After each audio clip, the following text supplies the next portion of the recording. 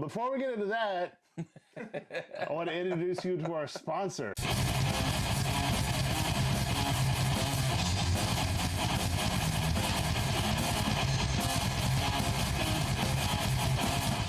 Hey, what's up, everybody? This is Brian. I'm here with Israel, Juan, and Vince. You guys, if you've been around a while, remember Vince. He was regular. He was my roommate. Not anymore, but he still comes and hangs out with us. He's working on some projects. Yep. Before we get into that, I want to introduce you to our sponsor. We have a special announcement in case you don't have eyes and are listening to this on the podcast. Fall Brewing is our new sponsor. Yes, we are corporate shills now. Yeah. Imagine that. So no, we're not. They are super cool, and we're so glad to have them on board. And we're super happy because that's going to be the place where we have the metal swap meet this year. Metal swap meet. So we're looking at October date 2025. 2025. We're back again. And we're really excited about this year because we have a new home, badass fucking sponsor that enjoys the music, and it's going to be fucking awesome. So thank you to Fall for hooking it up with, Yeah, and hooks up the beers. Hooks up the beers. We'll be talking more about them and about what we're doing with them on October, future episodes, and make the big announcements. Outdoor, of course. Yeah. Outdoors, always. It's going to be a nice big space. With lots of fall beer flowing that day. Yeah, good stuff. So anyway, Vince, what have you been up to? Just trying to keep busy with different music stuff and be creative in whatever ways I can. So. Necro Chamber, got anything going on with that? Yeah, the Necro Chamber, we're pretty much done with all the pre-production and ready to start recording the drums. As soon as the drums are finished, we're pretty much the guitars and bass are ready to get done, and then work on vocals and go from there. So. Well, how many songs do you guys have down now? I believe there's 8 tracks. They're really fast. I don't really want to make it a long album with playing this style of music because I think it's boring when you're playing fast sometimes. Yeah. Mm-hmm. So it's maybe going to be about 30, 35 minutes. Like the Marduk. They would be super fast, but keep the album short. That's like perfect. That's what I mean. It starts to get boring. I don't know. It starts to get kind of boring when they're fast all the time. Yeah. After a certain Right. If you're like Opeth and you have like drawn out songs, then you can get a longer. Yeah. Where our songs, I don't think the longest one is over like 5 minutes or something. So. Hell yeah. And I understand you have a new lineup, kind of, sort of, nowadays. And since last year, since we played down in Mexico at the Evil Death Fest, we have a crewer from Enstill. He's playing bass with us. We've been working with him with the bass for, I don't know, quite a few years already, probably since around COVID time. Nice. And also we have Ghoul from Mexico. He also plays in Hackovitz and Through Torment and some other bands. He's doing the guitars. He's doing a lot of the lead guitar, actually. Oh, okay. And adding a lot of melodies and stuff too, while I'll be doing the vocals and some of the other parts. Mm-hmm. And then also the drummer Mork Fangord, he plays in Rape God 666 and Ash Nags Burrs. Actually, they both play in Ash Nags Burrs. So. Yeah, no, those They're guys getting are pretty popular in Mexico. Fantastic bands from Mexico. Great guys and really good egos and like good, cool friends to hang out with, and that's exactly what I want to work with. So. Mm-hmm. For this upcoming album, is it something that you pretty much wrote most of the music for yourself, or did you have input from the other guys as well? Or well, the songs have been written for this newer Necro Chamber since 2011, so I've been waiting. Oh, wow. I've been waiting to finish it since then. So people, a little wait. Yeah, waiting for everyone to kind of catch up. And unfortunately, last year had to switch drummers, and now I kind of have to start over. So took a little bit of a delay, but should turn out better, especially now with the crewer and Ghoul both helping out. I'm letting them kind of not showing them exactly telling them what to play, having them kind of be open to add their own stuff to it, which I think That's cool. works better, in my opinion. Yeah. That's what I would want if someone asked me to join their band. So. yeah, absolutely. Okay, cool, man. Glad to hear. Now, the main thing that's coming up kind of a little bit before that is the Nocturnal Overlord project, which is kind of like your solo thing, right? Yeah, it's a newer solo release. I just something I kind of had it in my mind for a long time. I have other kind of solo projects I've been doing with different names, but they kind of take a lot of work and a lot of effort, and it's a lot of for just one person. Where this Nocturnal Overlord pop project, I wanted to do something where I can kind of have a little bit more fun with it, maybe not be so serious about it, and just kind of open pathways to see what else is out there. It's absolutely not metal. It's not even guitars or like a rock drums. Well, what is it? I don't know. I've had people comment of all kinds of different things, which I think is cool because Like synthesizers or? there's synthesizer, there's samples, there's chanting, there's ethnic instruments, there's world instruments, there's 80s influence, there's horror influence, there's ambient stuff, there's meditation kind of stuff. So I've heard people go, it's like some weird new age folk, like people can't describe it. Like that's kind of That's kind of what I would say is Yeah. maybe somewhere between Dead Can Dance and like John Carpenter, like horror. What 80s. about like Diabolical Masquerade? Yeah, that one I loved a lot, but that one's more It's still on the rock. metal. Yeah, I love yeah. that one a lot, actually. Yeah. I like their stuff. Especially the last album I did was like it's supposed to be like a soundtrack, right? Yeah, yeah. Little pieces, which is similar like what I'm doing, where the songs aren't long. They're not meant to be epics. You know what I mean? They're Sure. meant to be little bursts of atmospheres to take you to different places, or probably something not you would listen to it like at a party or anything. More something you would listen to. like a While you're doing acid or fucking mushrooms. Or just working out by yourself, or cooking, or working, or with your headphones on, or driving, or whatever, Going to sleep. That's one thing was with the Crimson Moon and the Nibiru, people used to always tell me, hey, I would put this outro of you playing keyboards on repeat all night and just listen to it over and over. Huh.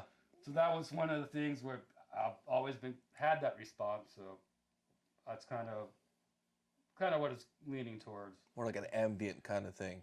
Yeah, but I've been seeing like some of the videos. I've been adding some videos which are AI. I'm poor, so I've been using AI to mess with stuff. It's fully self-released and just trying to be creative.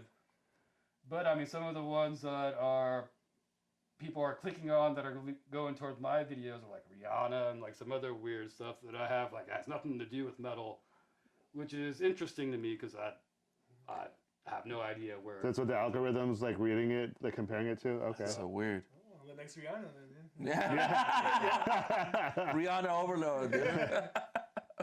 So it's interesting, and I've always liked like video game stuff and soundtrack stuff, and that's also I think something that I could be good at. So, and I've had a few of the VST sound library companies already interested in me doing some demo stuff for them too. So. That's awesome. What's that? I don't know.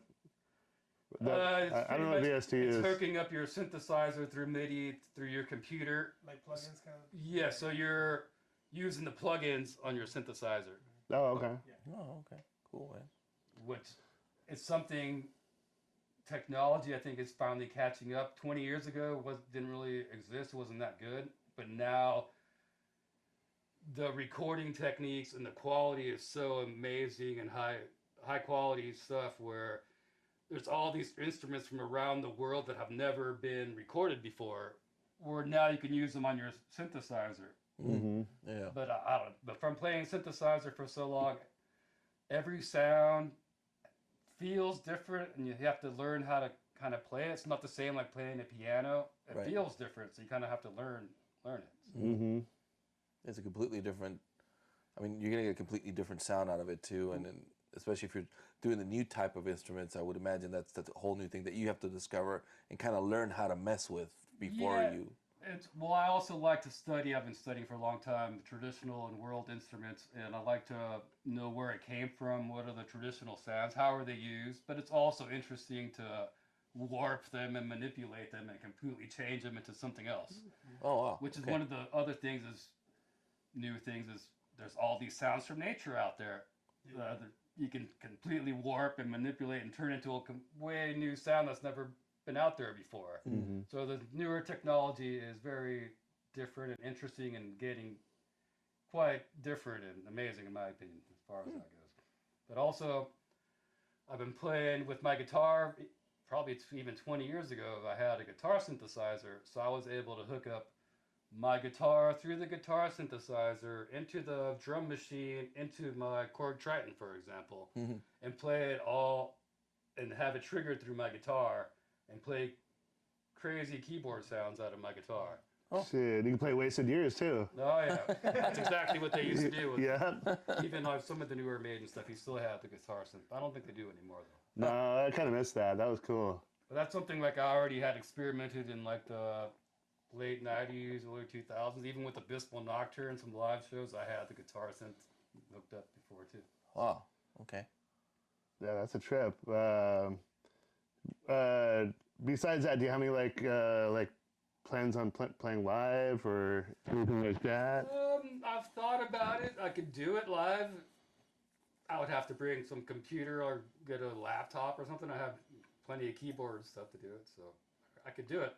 I mean, there's plenty of like. Just a matter if it's an interest. I mean, I've seen the Mortiz play a few times now, and saw that I could easily do that, you know. Should do it with like Apocalypto playing in the background. That'd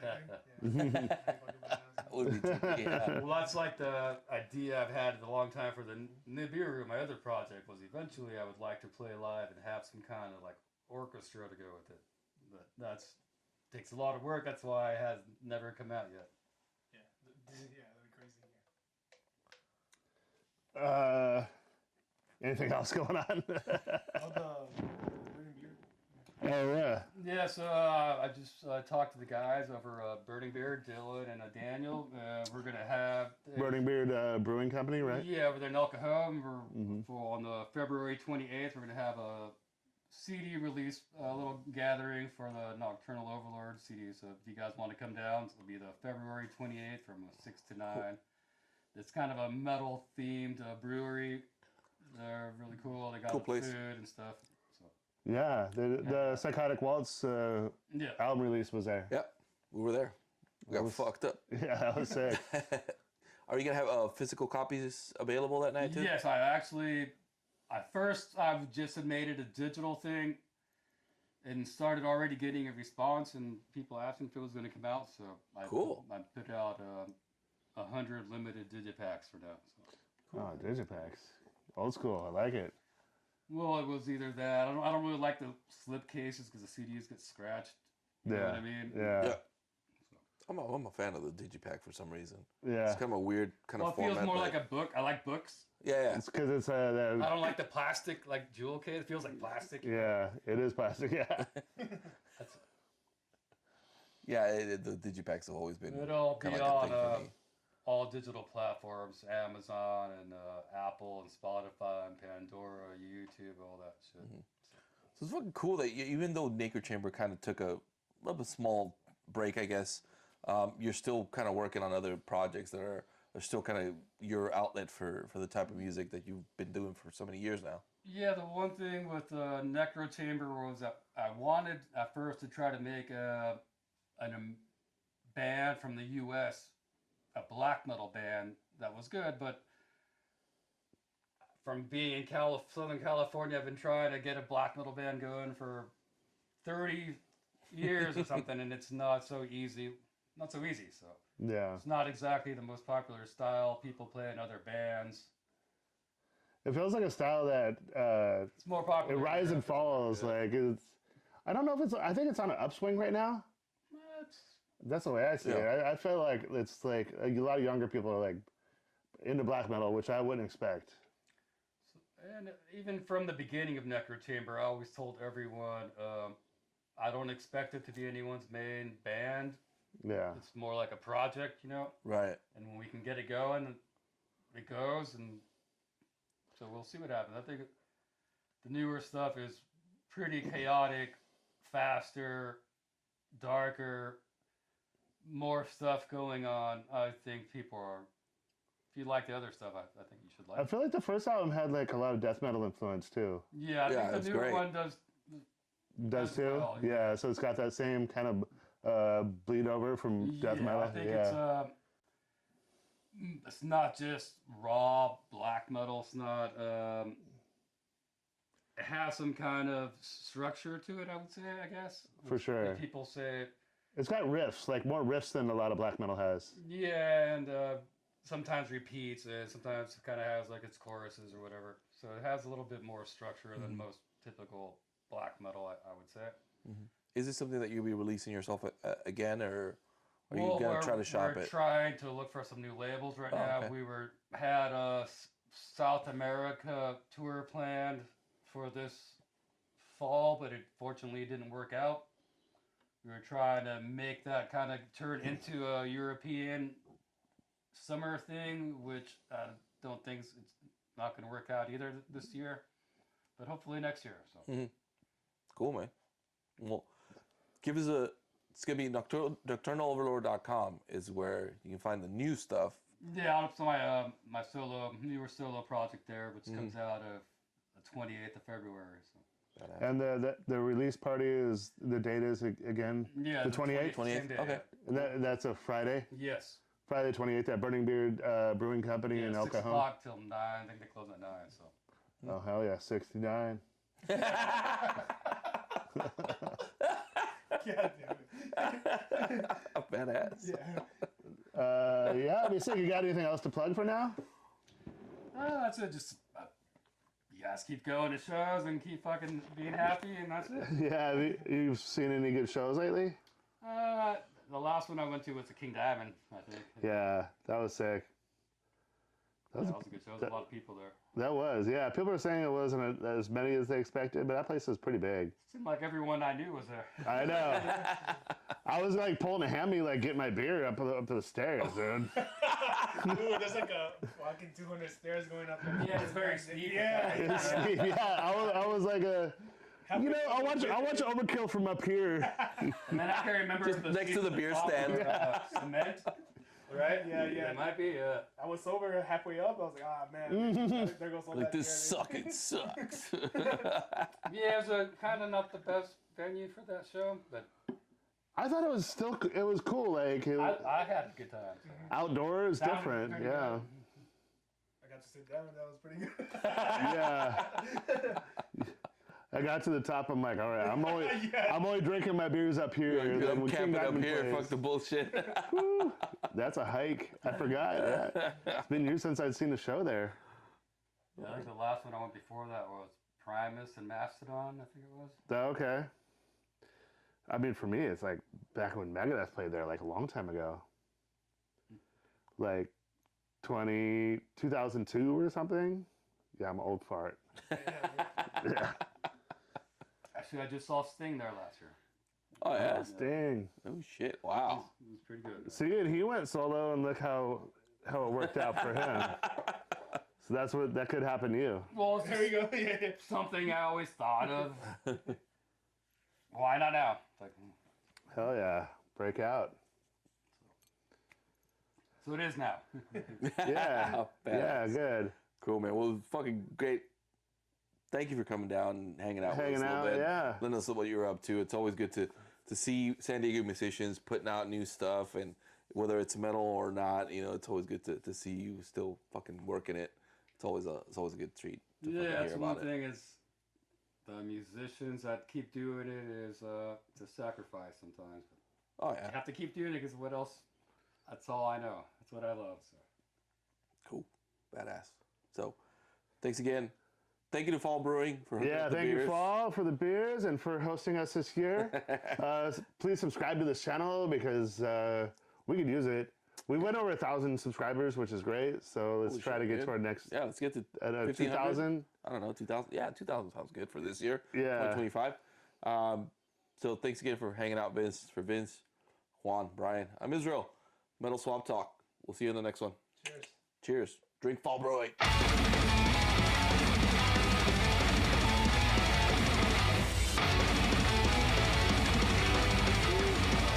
In El 6 Cajon. o'clock till 9. I think they close at 9. So. Oh, hell yeah, 69.